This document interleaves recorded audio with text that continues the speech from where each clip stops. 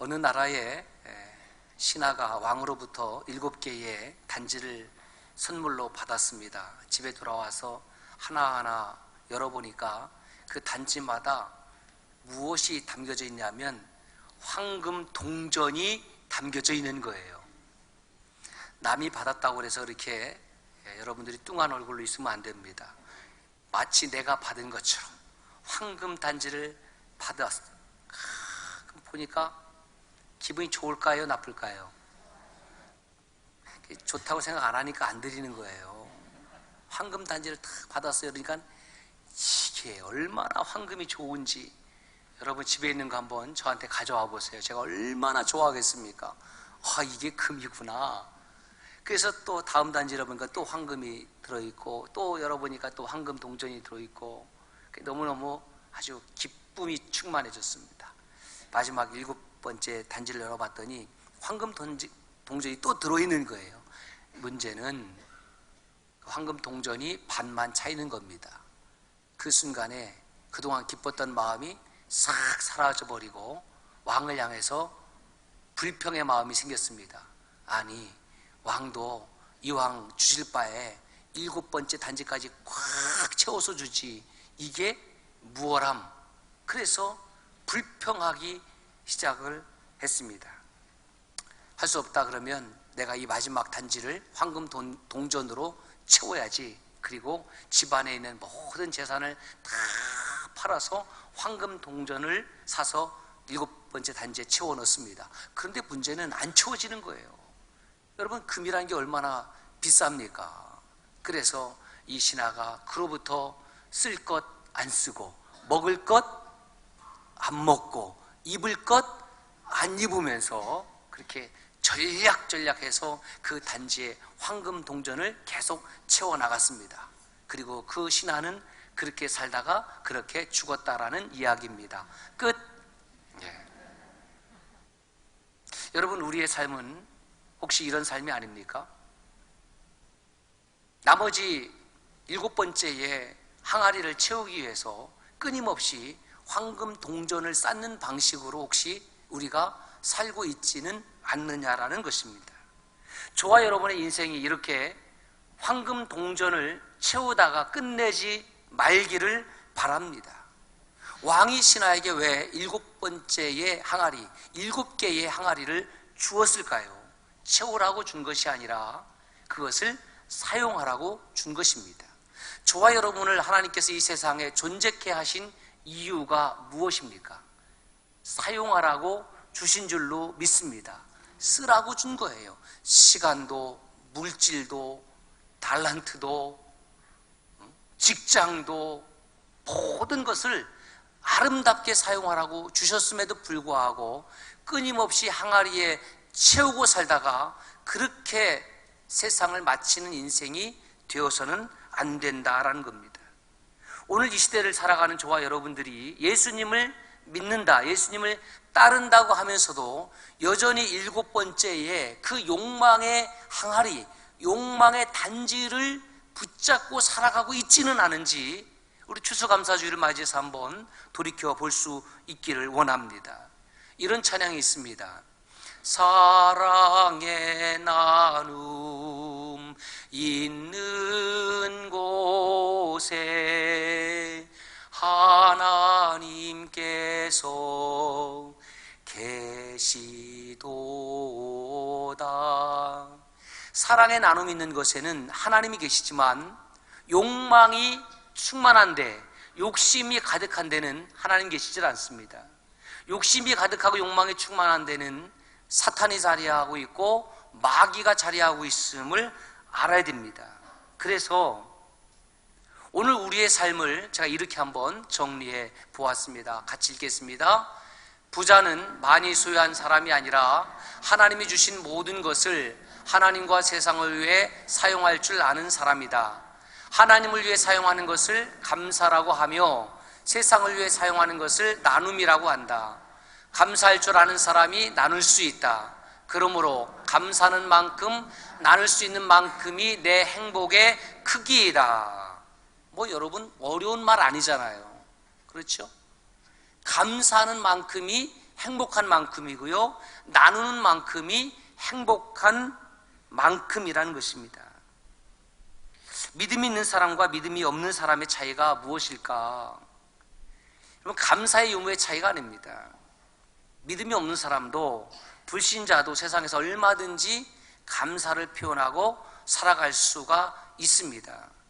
그런데 이 믿음과 불신의 차이는 뭐냐면 감사의 대상의 차이라는 것을 알아야 돼요. 불신자들의 감사는 하나님과 상관없는 감사잖아요. 감사의 대상이 하나님이 아닙니다. 많은 감사의 대상 중에 하나님은 쏙 빠져 있습니다. 그러나 저와 여러분들이 이 믿는 자들의 감사는 감사의 대상은 분명합니다. 하나님 분명히 감사의 대상이 있는데 문제는 뭐냐 하면 우리들 안에 감사가 있느냐 없느냐의 문제라는 것입니다. 오늘 신앙생활하고 믿음생활한다고 하는 사람들이 정말 감사 없이 생활하는 사람들이 너무 많다라는 거예요. 여러분, 감사 없는 생활, 감사 없는 신앙, 그것은 가짜입니다. 그 진짜 아니죠. 감사가 없는 곳에는 그저 감사가 없는 것이 아니고 무엇이 있을까요? 감사 대신에 불평이 있습니다. 감사 대신에 짜증이 있고 원망이 자리하는 겁니다. 그러므로 감사를 여러분 삶 가운데 억지로 채우라고 제가 강요하는 말씀이 아닙니다. 우리 안에 감사로 충만할 때에 그 자리에는 불평이 없습니다. 짜증이 없습니다. 원망이 사라집니다. 오늘 주신 말씀에 감사를 잊어버린 사람이 누구냐? 그 사람이 바로 악인이다. 간단하게 이야기를 합니다. 그 악인의 모습이 17절에서부터 20절까지 소개되어 있습니다. 그 17절부터 20절까지에 소개되어 있는 사람의 모습은 감사를 잊어버린 사람의 모습이 그대로 기록되어 있습니다. 자, 1절 보세요. 하나님의 율례를 전하며 하나님의 언약을 입에 두고 사는 사람이 있습니다. 누굽니까? 하나님의 율례를 전하는 사람, 하나님의 언약을 입에 두는 사람, 그 사람이 바로 제사장, 선지자 아닙니까? 오늘날로 말하면 그 사람 목회자 아닙니까? 그런데 그렇게 하나님의 율례를 전하고 하나님의 언약을 입에 둔 사람이, 하나님의 말씀을 받고 말씀을 전하는 사람이 앞으로는 그런 것 같지만은 뒤를 돌아서서는 무엇을 한다는 거예요? 그 하나님의 율례를 던져버린다, 뒤로 던진다. 뒤로 던진다란 말은 그것을 배격하거나 무시하는 것을 말하는 거예요.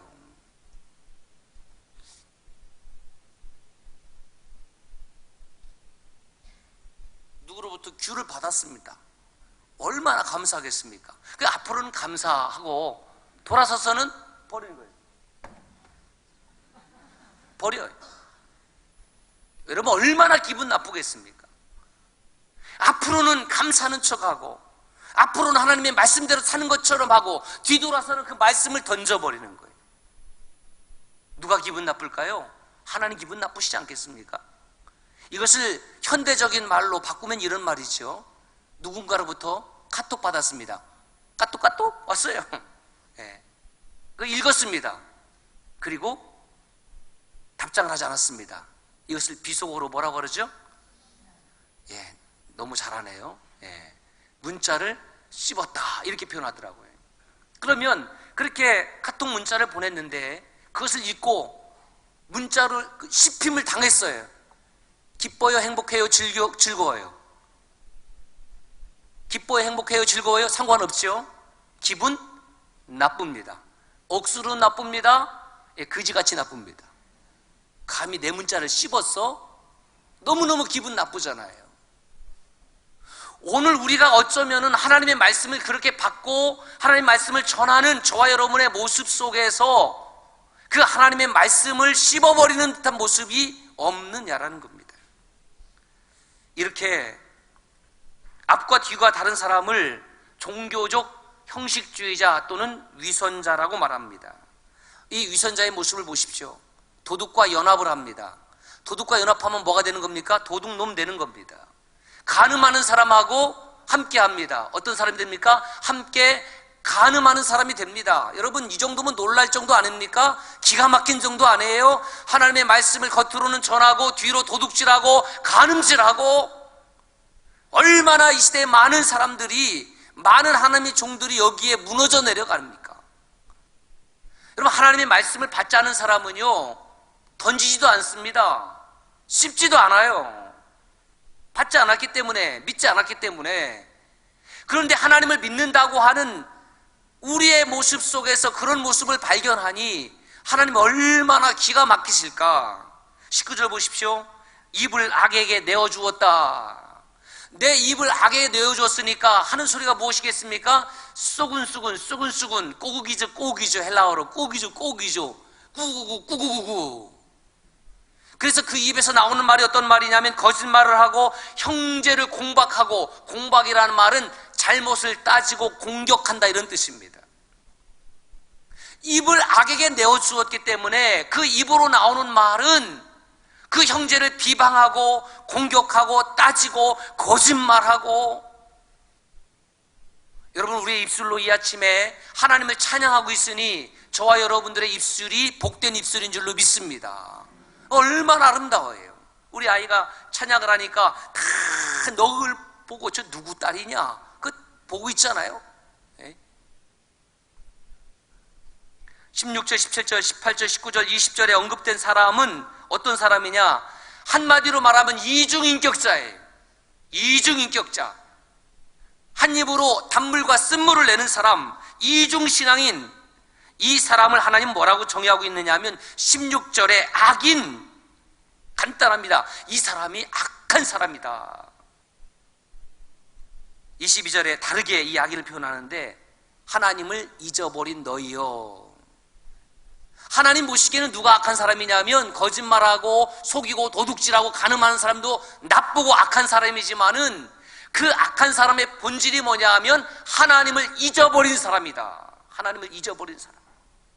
하나님을 잊어버린 사람의 특징이 뭐냐 하면 하나님을 향해서 감사가 없는 거예요. 감사와 상관없이 살아가는 겁니다. 23절 보세요. 감사로 제사를 드린 자. 여러분, 악인은 하나님을 잊어버렸기 때문에 감사로 제사가 없어요. 그 악인의 반대편에 서 있는 사람이 누구냐 하면 감사로 제사를 드리는 자. 그럼 하나님 누구 편입니까? 감사로 제사 드리는 자의 편 아니겠습니까?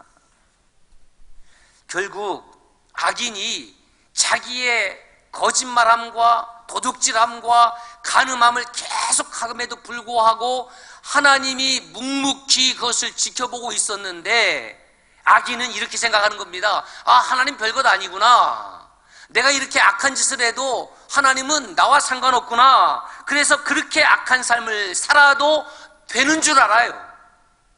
그리고 계속해서 악을 행할 때에 하나님의 시간이 임하는 겁니다. 하나님의 카이로스, 개입해 오는 거예요. 이것을 심판이라고 하는 겁니다. 21절 보세요. 네가 나를 너와 같은 줄로 생각하였도다. 악인이 어떻게 생각하냐면 하나님도 뭐 별것 아니네, 뭐 나 정도 되는 것 아니야? 이것을 쉽게 말하면 이런 표현이죠. 이쯤 되면 막가자는 거지요. 하나님을 향해서 자신을 하나님과 같은 줄로 생각하는 사람은 이미 자신을 하나님의 위치로 스스로 올려놓은 겁니다. 이것을 성경은 뭐라고 정의하냐면 교만이라고 정의합니다. 여러분, 교만의 정의가 얼마나 심각한 죄인지 아십니까? 자신만 모르는 것이 교만의 죄예요. 주변 사람들은 다 알고 있는데 자신만 교만한 줄 몰라요. 여러분, 우리의 병이 나도 알고 의사 선생님도 알고 그러면 그래도 치료의 가능성이라도 있잖아요. 그런데 이 교만의 죄는 나만 모르고 주변 사람들이 다 알아요. 그 교만은 다른 사람을 파괴하는 병이 아니라 나를 파괴하는 병이라는 거예요. 혹시 부부로 같이 있는 분, 또 친구로 같이 있는 분, 우리 찬양대는 참 좋겠네. 옆에 사람에게 물어봐요. 나 혹시 교만해요? 물어봐요. 시작. 말 못하지? 예? 나 교만해 했더니 웃어. 그 말은 교만하다는 거예요. 내가 차마 내 입으로 당신 교만하다고 어떻게 얘기하겠어? 여러분 놀라지 마십시오. 저를 포함해서 이 시간 예배드린 저와 여러분들은 교만 안 한 적 없어요.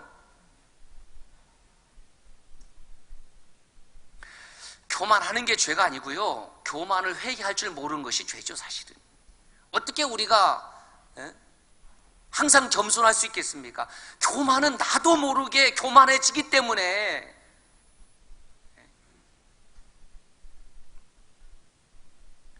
아담과 하와가 왜 선악과를 따먹었느냐? 배가 고파서 따먹었습니까? 먹을 것이 없어서 따먹었습니까? 배가 고파서 따먹었다면, 먹을 것이 없어서 따먹었다면 그거 하나님 책임 아닙니까?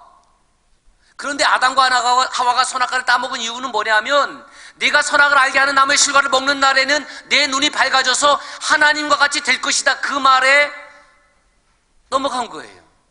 하나님 같이 된다 그러니까 막 혹한 거지요. 그 교만 아닙니까? 그러므로 아담과 하와가 선악을 알게 하는 나무의 실과를 따먹은 그 행위도 죄이지만은 그 전에 지은 죄가 뭐냐면, 첫째가 하나님의 말씀을 무시한 죄입니다. 선악을 알게 하는 나무의 실과를 따먹으라고 그랬어요? 따먹지 말라고 그랬어요? 따먹지 말라고 분명히 말씀하셨어요. 따먹는 날에는 네가 정령 죽으리라 말씀했는데, 그 하나님의 말씀을 우습게 여긴 겁니다. 경홀히 여긴 겁니다. 말씀을 받고 뒤로 던져버린 거예요. 말씀을 씹어버린 겁니다. 두 번째는 피조물인 사람이 창조주인 하나님과 같아지려고 한 죄입니다. 그리고 마지막에 그들은 실행으로 옮기는 죄를 지었습니다. 결국 교만의 죄는 에덴 동산에서 추방당하는 것이었고 죽음이 찾아왔습니다. 성경은 무엇이라고 얘기합니까? 잠언 16장 18절에 교만은 패망의 선봉이요 거만한 마음은 넘어집의 앞잡이니라. 야고보서 4장 6절, 베드로전서 5장 5절에 보면 하나님은 교만한 자를 대적하시되 겸손한 자에게 은혜를 주신다고 그랬습니다. 하나님이 사랑하지 못하는 사람이 있는데 그 사람이 어떤 사람이냐 하면, 교만한 사람 하나님 사랑하지 못하고 하나님이 대적하시고 물리치시는 겁니다. 그러니 여러분, 하나님이 물리치시니 얼마나 불쌍한 인생이고 불행한 인생이냐라는 겁니다. 내 모습 이대로 주 받으시옵소서. 하나님 부족하지만 이 모습 이대로 왔습니다. 그 모습은 뭐냐면 겸손한 모습이에요. 부족해도 괜찮아요. 흠이 있어도 괜찮아요. 하나님 나를 불쌍히 여겨주세요. 긍휼히 여겨주세요. 이 겸손한 자에게 하나님께서 은혜를 주시지만은 나 정도면 됐지, 내가 어디가 못났어, 이런 교만한 사람은 하나님께서 물리치신다, 대적하신다는 말씀입니다. 왜 이렇게 악하며 교만한 사람이 되었습니까? 22절에 하나님을 잊어버렸기 때문에 그렇습니다. 오늘 사람들의 죄를 이야기한다면 무슨 죄냐면 하나님을 잊어버린 죄입니다. 그리고 하나님을 잃어버린 죄입니다. 그래서 이렇게 말씀하시죠. 이제 이를 생각하라. 그렇지 않으면 내가 너희를 찢으리라. 건질 자 없으리라. 이 일을 생각하라. 무엇을 생각하라는 것입니까? 하나님께서 우리의 죄를 책망하시고 낱낱이 드러낸다는 것을 생각하라. 하나님이 죄를 찢으시고 심판한다는 것을 생각하라. 사랑하는 여러분, 우리가 왜 이 땅에서 믿음의 길로 가야 되고 십자가의 길로 걸어가야 됩니까? 하나님과 상관이 있기 때문에 그렇습니다. 하나님이 상관없다면, 하나님이 계시지 않다면, 하나님의 심판이 없다면 우리는 앞과 뒤가 다른 모습으로 살아도 괜찮아요. 적당하게 사는 거 아닙니까? 속이며 살 수 있는 것 아닙니까? 사기치고 살 수 있는 것 아닙니까? 하나님 살아계시고 하나님의 심판이 있기 때문에 우리는 하나님 말씀대로 살아가야 되는 겁니다. 듣기 싫어도 들어야 될 이 시대의 말씀이 무엇이냐? 하나님을 잊어버린 사람의 결국은 심판이요 죽음이라는 이 말씀입니다. 듣기 싫어도 들어야 돼요. 그래야지만이 저와 여러분들의 영혼이 소생하고 치유되고 회복될 줄로 믿습니다. 듣기 좋은 소리만 들으라고 예배당 나오는 것 아닙니다.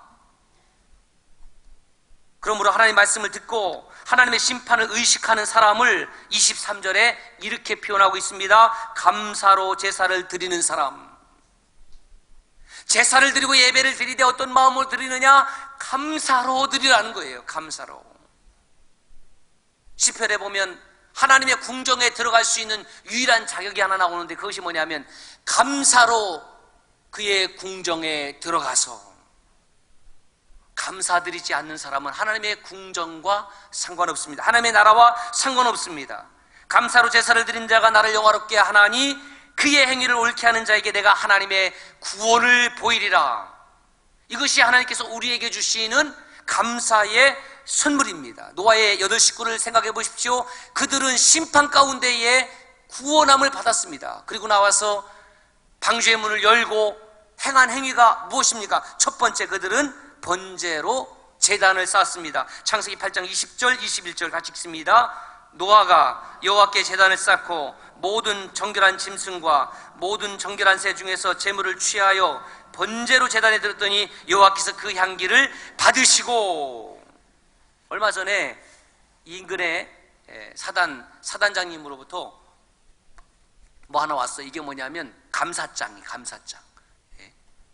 우리 교회가 그 사단을 위해서 유문품도 보내고 세례식도 가고 그랬더니 그 사단장님이 감사하다고 그래서 감사장을 받았어요. 이 감사장을 받고 참 감사했습니다. 아, 우리 교회를 칭찬하는구나. 아, 나를 칭찬하는구나. 여러분, 다른 사람이 나를 칭찬하면 기뻐요, 행복해요, 좋아요, 싫어요? 한참 어렵죠? 다른 사람이 나를 칭찬하면 얼마나 기쁜지 몰라. 옆 사람에게 이제 아까 나 교만해 했으니까 얼마나 긴장했을까. 오늘 참 예쁘시네요. 시작. 다시 옆 사람에게 오늘 참 멋있습니다. 시작. 마음에는 좀 안 들어도 그렇게 해보세요. 그러면 그때부터 예쁘게도 보이고 멋있게도 보이고 내가 그 칭찬한 그 말 한마디 때문에 그 사람이 나를 바라보는 눈길이 달라지는 거예요. 여러분, 문제는 뭐냐면 세상 사람들이 나를 향해서 아무리 감사장을 보내고 나를 칭송하고 칭찬한다 할지라도 내가 하나님 앞에 감사를 드리지 않는 삶이 된다고 하면 하나님은 나를 향해서 무엇이라고 말씀하냐면 악인이라고 말씀한다는 거예요.